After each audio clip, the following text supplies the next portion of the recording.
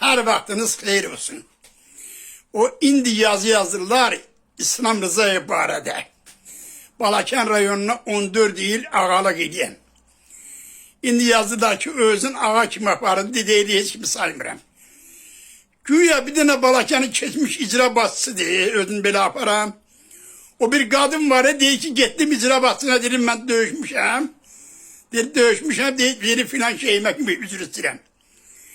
Bas İlham Əliyev sen 14 il 15 il bir rayona başçı tayin edildi o belə de olacak da. Şu bir tane Balakəndədir belə, bütün rayonlarda belədir.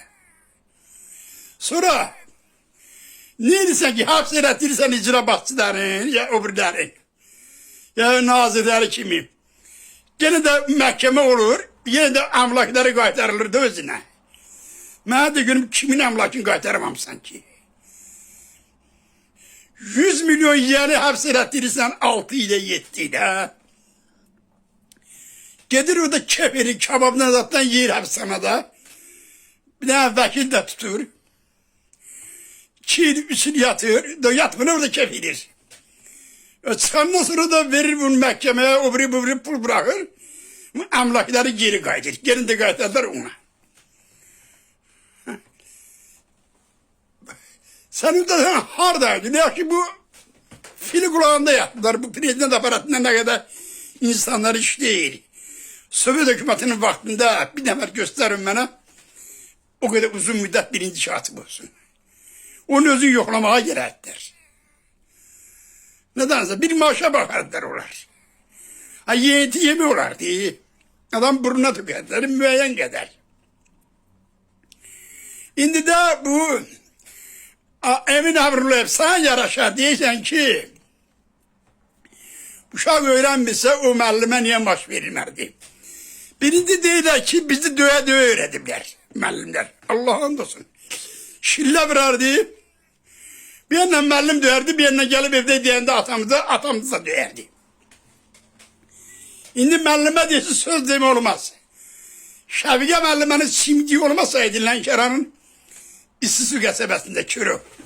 O simdiği olmasaydı cemaat ders öğrenmez uşaqlar.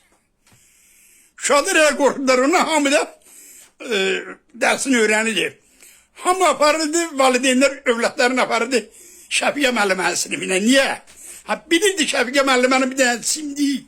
Adama derse adam ölür diye ciğerini çıkartır. Sonra uşağın eline çubuk vurardı müəllimler. Niye?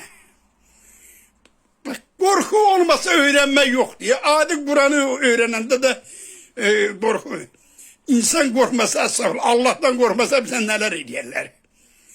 Müəllimi salmışsız pis günah. Bir tane şagird şikayet eden kimi valideynler başlayır müəllime karşı adalatsızlık eləmeye. Bizim vaxtımızda belə deyildi. Rahmetli Serhat müəllim çalıncı vardı asa. Onu yere değen tarafı demirden idi. Bir tane vururdu bana başım şişidi vururdu bu boyuna. Nadir Ceylan'da. Bak bu boyuna. Ondan gelip evde diyebilirdim. Deseydim bir yana atam vuracaktı. Bu kadar da yüklerler. Bizim kitabımız öyle de olmuyor be. Allah'ın dostum ne olup orada ağlamış, ağlamamış. Bu ondan öğrenirdi, ondan kötülerdi.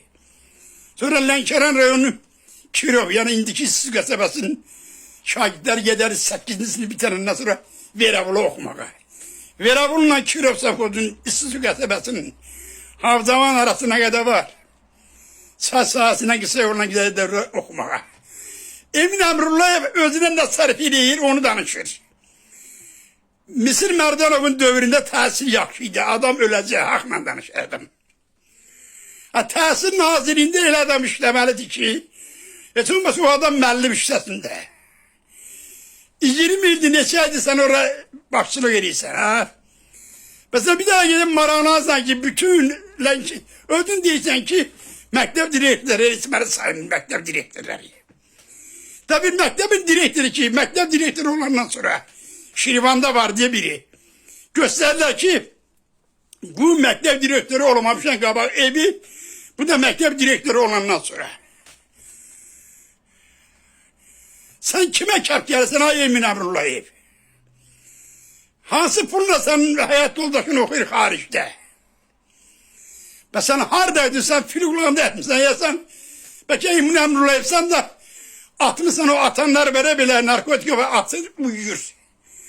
Və sən uyumuşsun indiyə kimi ayılmamsan heç yerdə. Və sən xəbərin yoxdur rayonlarda, kətlərdə nə tərdi. O da demişəm ona, mənə də bizim Əli Kərimdən çəkinər bu hökumət.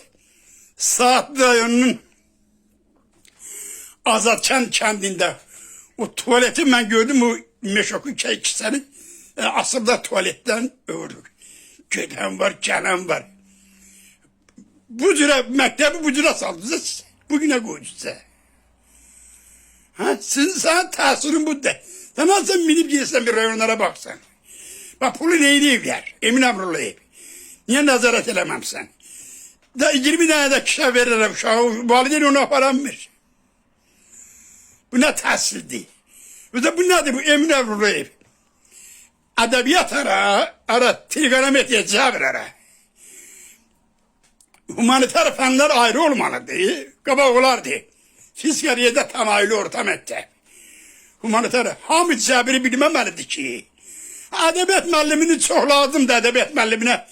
Həndəsəni trigonometriyəni bilsin. Sovet hükümetinde de böyle bir kaide vardı. O uşaqlar gider de mesela Havzabadan biri var. Şirdet Allah can sağlığı hakim işleyir. Nariman müəllimin, İlyas müəllimin kardeşi. İmam Dikişin oğlu. Yetti Azerbaycan Tıp Üniversitesi'ne. Konkursta düşerdi edebiyat şeyden. Kıymet alanma, 5 alanma da edebiyat yazırdan. Yetti ahırız dediğini eledi. Böyle onun da o dövründe böyle qayda kanunu vardı, o düz hareket diyor. Sen görürsen ki bu şagirdin meyli yok da riyaziyete. Testi de salarlar riyaziyat. Valla başları harap diyorlar. Madem tahsil sisteminde sen kesenden sonra Emin Əmrullayev berbat hala düşürdü. Bəs bu hardan getirip yeyilleri bir dağıdırlar. Niye yoklama aparmam sen? Sen özün hapis olunmalısın. Sen özün məsuliyyət daşıyırsan sen. Sen rəhbərlik eləyəməmsən də. O direktor hapis olunanda sen de hapis olunmalısın. En azından seni işten sarımak lazımdır. Hələlik.